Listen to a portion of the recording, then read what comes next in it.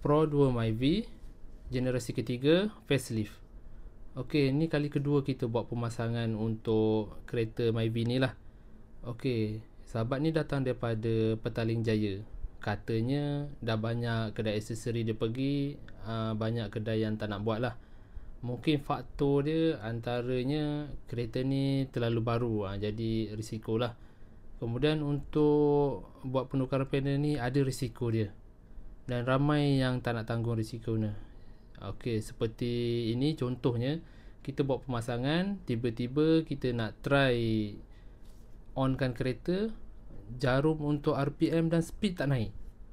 Meter half cut untuk myV ni saya rasa belum ada lagi. Kalau ada pun sangat limited lah, susah nak dicari lah. Itulah salah satu punca kenapa orang takut nak buat pemasangan. Cuba komen siapa nak tahu part 2.